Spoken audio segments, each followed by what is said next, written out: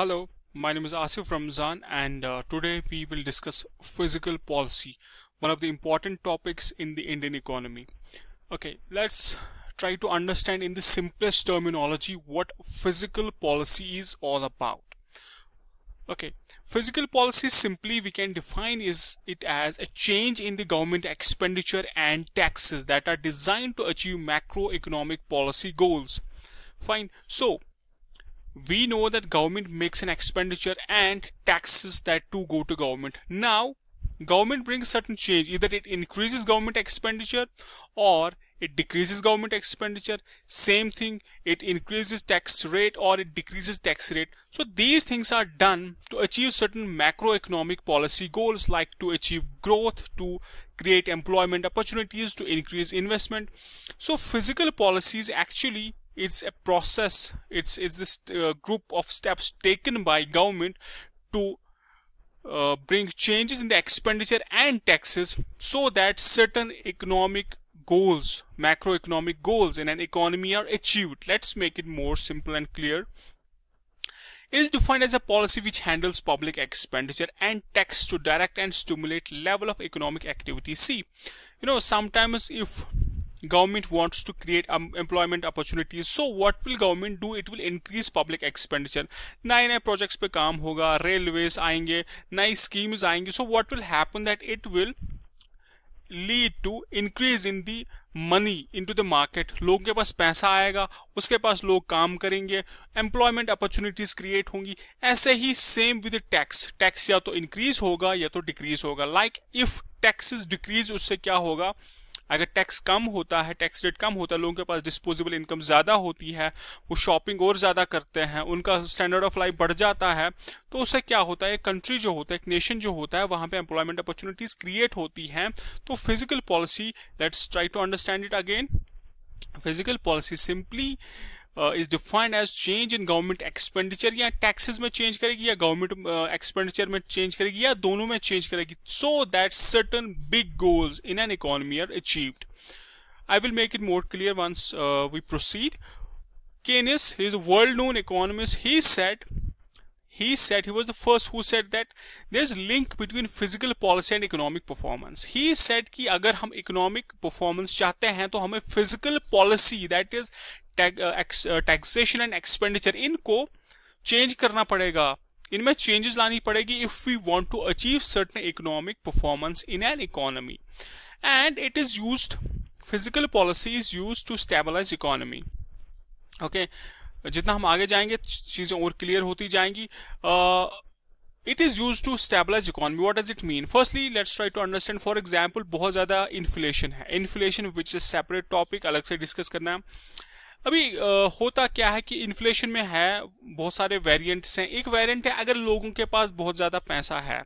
अगर लोगों के पास बहुत ज़्यादा पैसा है तो स्टेबलाइज कैसे करेगी फिजिकल पॉलिसी? फिजिकल पॉलिसी में हम ये करेंगे, अगर लोगों के पास पैसा ज़्यादा है तो हम टैक्स रेट बढ़ा सकते हैं. टैक्स रेट बढ़ने से लोगों के पास जो पैसा होगा वो कम हो जाएगा और हमारी इकोनॉमी स्टेबलाइज होगी, हमारी जो इकोनॉमी उसमें इन्फ्लेशन कम हो जाएगी. Fine. So now as we said कि होता क्या है कि ये जो फिजिकल पॉलिसी होती है, फिजिकल पॉलिसी में टैक्स और एक्सपेंडिचर जो होते हैं इनमें चेंज लाई जाती है ताकि जो बिग गोल्स हैं इकोनॉमी के उनको अचीव किया जाए. हम now let's try to understand how tax and expenditures influence economy. See, taxes have impact on disposable income. For example, अगर गवर्नमेंट हमारी ये कहती है कि आज हम 40% 50% टैक्स बढ़ाएंगे, उससे होगा क्या? देखिए, होगा ये कि अगर मैं 100 रुपये कमाता हूँ, 40 रुपीज़ मुझे टैक्स देने पड़ते हैं, तो मेरे पास जो डिस्पोजेबल इनकम होगा वो कम हो जाएगा, मैं खर्चा ज़्यादा नहीं कर पाऊंगा. I will not be able to purchase goods, और जो मेरा स्टैंडर्ड ऑफ लाइफ है वो भी कम हो जाएगा. तो जो इकोनॉमी है, जो कंट्री है, उसमें क्या होता है? टैक्सेस का इम्पैक्ट होता है डिस्पोजेबल इनकम पे, परचेजेस पे. फाइन.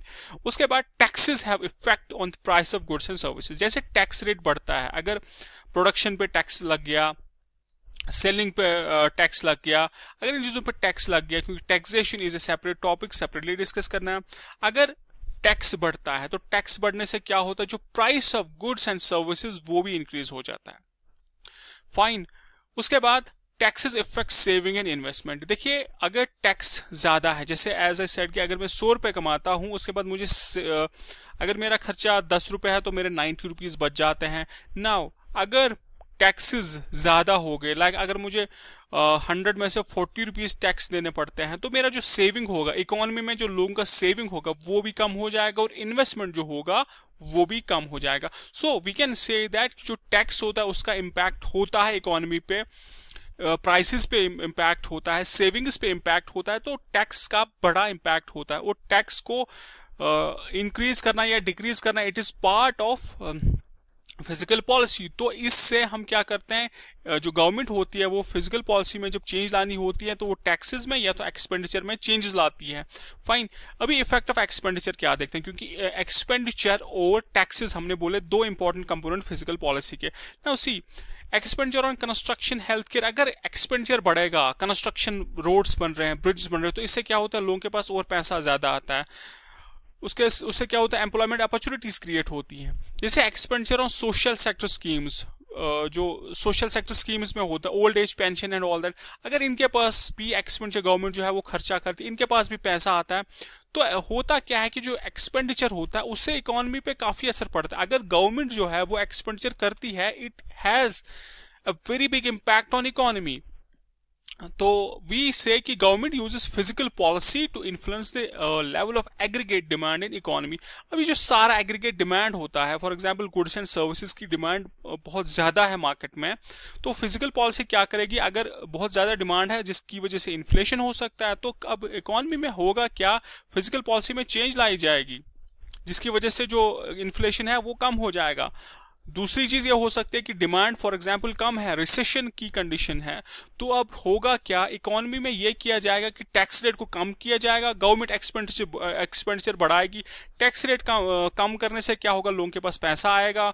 एक्सपेंडिचर ज्यादा करने से क्या होगा, जब लोगों के पास और पैसा आएगा तो उससे क्या होगा, जो demand of goods and services है वो बढ़ेगी। तो इस तरीके से जो फिजिकल पॉलिसी होता है उसमें टैक्सेस प्लस एक्सपेंडिचर्स में चेंजेस लाई जाती है, ताकि जो बिग गोल्स हैं इकोनॉमी के, एक कंट्री के, वो हम अचीव कर पाए। Fine, now let's talk about the types of the fiscal policy. Fiscal policy में दो टाइप्स होते हैं, एक तो होता है expansionary fiscal policy and second is contractionary fiscal policy. See, expansionary fiscal policy जैसा नाम ही बताता है, इसमें क्या होता है, इसमें स्टिमुलेट करते हैं इकोनॉमिक ग्रोथ। फाइन, इसमें गवर्नमेंट जो टैक्स रेट होता है वो कम करता है, जिसकी वजह से लोगों के पास पैसा ज्यादा बढ़ता है, या गवर्नमेंट बहुत ज्यादा खर्चा करती है, तो जो खर्चा करेगी वो पैसा जो है वो लोगों के पास ही जाएगा। एंड ऑन कॉन्ट्री जो कॉन्ट्रैक्शनरी फिजिकल पॉलिसी होती है उसमें स्लो इकोनॉमिक ग्रोथ करनी पड़ती है। यहाँ पे गोल होता है कॉन्ट्रैक्शनरी पॉलिसी में कि हम इकोनॉमिक ग्रोथ जो है उसको स्लो करें, ये रेयरली यूज होता है। और इस चीज में जैसे यहाँ पे गवर्नमेंट टैक्स रेट कट करती है, यहाँ पे टैक्स रेट बढ़ाया जाता है, और जो स्पेंडिंग होती है, गवर्नमेंट स्पेंडिंग होती है, वो लो होती है। नाउ यहाँ पे जो एक्सपेंशनरी फिजिकल पॉलिसी होता है, इसमें idea is to increase money in the consumer pockets, कि लोगों के पास पैसा ज्यादा हो जाए। वो कैसे होगा, वो ऐसे ही होगा, पहले हम टैक्स रेट कम करेंगे तो लोगों के पास पैसा ज्यादा आएगा, एक्सपेंडिचर करेंगे तो उससे भी लोगों के पास पैसा आएगा। यहाँ पे to decrease money policy, to decrease money in the that is with the people. Now the big question is कि कोई why on earth would somebody want to have this kind of physical policy, contractionary physical policy क्यों होगी? देखिए कुछ conditions में ऐसा होता है कि for example again inflation हो गया, बहुत ज़्यादा महंगाई बढ़ रही है, तो इसमें कभी कभी selective planned तरीके से इंटरवेंशन किया जाता है, स्पेसिफिक प्लान्स बनाए जाते हैं ताकि जो इकोनॉमिक ग्रोथ हो वो एक लेवल तक स्लो हो जाए, जिसकी वजह से क्या होता है, इकोनॉमी जो है वो बैलेंस पे आ जाती है। Fine, so these are the two types, expansionary and contractionary fiscal policy. Now broadly if we look at the tools of the monetary policy, physical policy, like in monetary policy we have tools CRR, SLR and all that, LAF. Okay, here in physical policy we have two tools. First is the earnings, like government earnings. उसमें क्या आता है, जैसे tax से पैसा आता है या गवर्नमेंट ने बोरो किया किसी से पैसा, और profit is from PSUs. This is the earning of the government. So this is tool of fiscal policy. If government wants to bring change in the fiscal policy, तो अर्निंग्स में चेंज लानी पड़ेगी, टैक्सेस बोरोइंग्स में. And second component is component of spending, like loan payment. हमने loan लिया हुआ government ने, तो उसका इंटरेस्ट देना है. उसके बाद सब्सिडीज, वेलफेयर स्कीम्स, तो ये स्पेंडिंग में आता है. These are the components of the spendings. So two components, firstly it is the earnings and second one is the component of the spending. These are the two tools of the fiscal policy. Now, very important concept we need to understand before we try to understand Indian scenario and Indian fiscal policy. Firstly, it is the revenue deficit and the fiscal deficit. अभी दो simple सी चीजें हैं. अभी revenue deficit होता क्या है? As I have written here, it is the balance of total revenue receipts and total revenue expenditure. If it turns out to be negative, it is known as revenue deficit. Fine. If balance of total revenue receipt जो आता है and total खर्चा जो होता है, अगर if that comes to be negative, it is known as revenue deficit. Now the big question is what is revenue receipt. Revenue receipt means it includes tax and non tax profits. Like government के पास पैसा आता है, एक तो आता है taxation से और आता है नॉन टैक्सेशन से, like from PSUs, okay, loan forward and etc. So this is revenue receipt and revenue expenditure. Revenue expenditure means बहुत सारी चीजें ऐसी होती है जहां पे हम गवर्नमेंट पैसा करती है, खर्चा होता है on non productive, unproductive assets like salaries, इससे तो वापस आना नहीं है कुछ, सब्सिडीज दी, तो ये होता है रेवेन्यू एक्सपेंडिचर. नाउ अगर डिफरेंस इनका नेगेटिव में आता है, that is known as revenue deficit. Again simple, physical deficit. What is physical deficit? When the balance of government's total receipts, जितना भी गवर्नमेंट का टोटल रिसेप्ट आता है उसका, एंड जो एक्सपेंडिचर होता है, अगर एक्सपेंडिचर ज्यादा हो, वही होता खर्चा रुपया, आमदनी अठन्नी, तो होता क्या है कि बैलेंस जो होता है गवर्नमेंट का, रिसेप्ट जो होते हैं वो कम होते हैं, और जो expenditure if it turns out to be negative, then it is situation of fiscal stimulus. It's a situation where government is spending more than means. वही है कि गवर्नमेंट का भैया 100 रुपये आता है, ये खर्चा करते हैं 180 रुपीज का, तो that becomes physical deficit. Now Indian scenario में we know unproductive government expenditure start से ही, tax distortions, tax structure ठीक नहीं था, अब जो GST से hopefully ठीक हो जाएगा, and high deficits have constrained Indian economy. इससे Indian economy पे हमेशा एक लोड था, problems create की Indian economy में.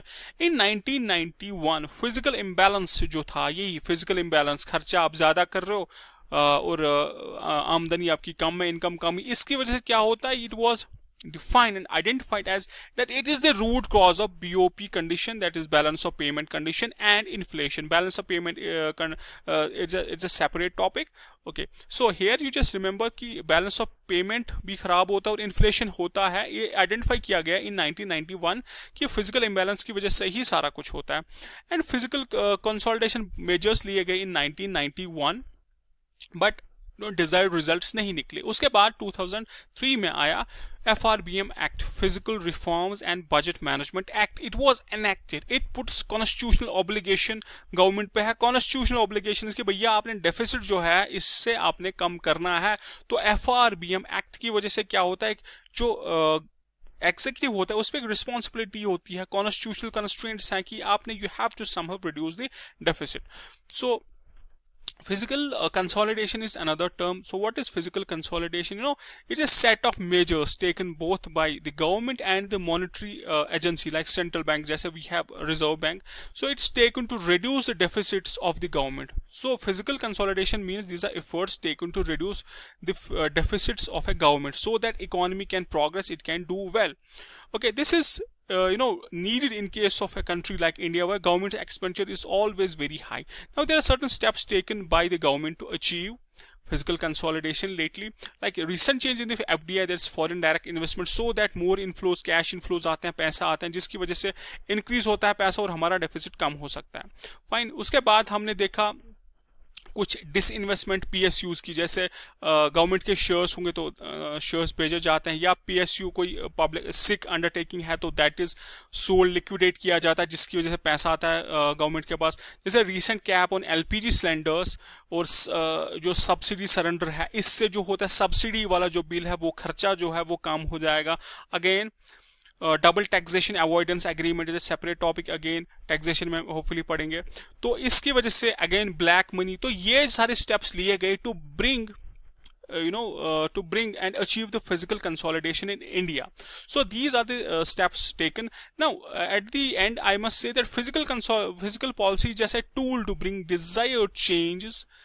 By bringing change in the tax and expenditure to achieve desired goals in an economy. हमारे पास कुछ goals हैं, उनको हम achieve करते हैं by bringing changes in tax and expenditure. Thank you very much.